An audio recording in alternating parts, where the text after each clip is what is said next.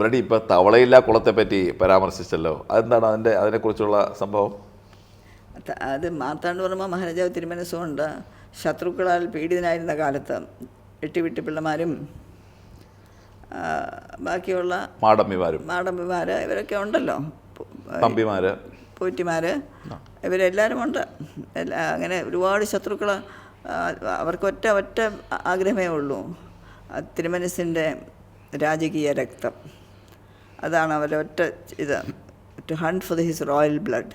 അപ്പോൾ തിരുമനസ്സിങ്ങനെ ഓടുകയാണ്, പല സ്ഥലത്തും പല സ്ഥലങ്ങളിലും പോയിട്ടുണ്ട്, ഓടി ഒളിച്ചിരുന്നിട്ടുണ്ട്. അങ്ങനെയൊക്കെ ഉള്ള സമയത്ത് ഒരു സമയത്ത് ഇവരിങ്ങനെ പിന്തുടരുകയാണ്. ഇദ്ദേഹം ഓടിങ്ങനെ പോയപ്പോൾ ഇപ്പോൾ കന്യാകുമാരി ഡിസ്ട്രിക്റ്റാണ്, അവിടെ വലിയൊരു കുളം, ഈ നമ്മൾ പല പ്രാവശ്യം അവിടെ പാസ് ചെയ്ത് പോയിട്ടുണ്ട്. ആ കുളം പത്മനാഭപുരമൊക്കെ കഴിഞ്ഞാണ്. അപ്പോൾ ആ കുളത്തിൻ്റെ അവിടെ രാത്രി സമയമാണ്. അപ്പോൾ തിരുമനസ്സിങ്ങനെ കുതിരപ്പുറത്തായിരിക്കണം. അങ്ങനെ പോയപ്പോൾ അവിടെ ഒരു ഡിസ്റ്റർബൻസ് വന്നല്ലോ. അപ്പോൾ മാക്രിയൊക്കെ കിടന്ന് ചലയ്ക്കാൻ തുടങ്ങി, മാക്രികൾ.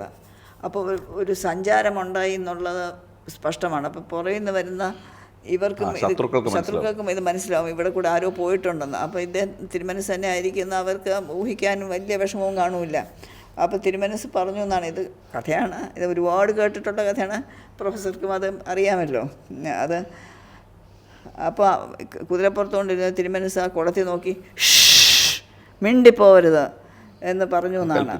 അപ്പോൾ തൊട്ട് തിരുമനസിൻ്റെ ആ കൽപ്പന അംഗീകരിച്ചുകൊണ്ട് പിന്നെ തവള ചലിച്ചിട്ടില്ല, അതിൻ്റെ ശബ്ദം പിന്നെ വന്നിട്ടില്ല. അപ്പോൾ തവളയില്ല കുളം എന്ന് പറഞ്ഞെങ്കിലും തവള ചിലപ്പോൾ ഉണ്ടായിരിക്കാം, പക്ഷേ തവളയുടെ ശബ്ദമില്ല. അപ്പോൾ ആ കുളത്തിന് പിന്നെ അന്ന് തൊട്ട് തവളയില്ല കുളം എന്നാണ് അതിൻ്റെ പേര്.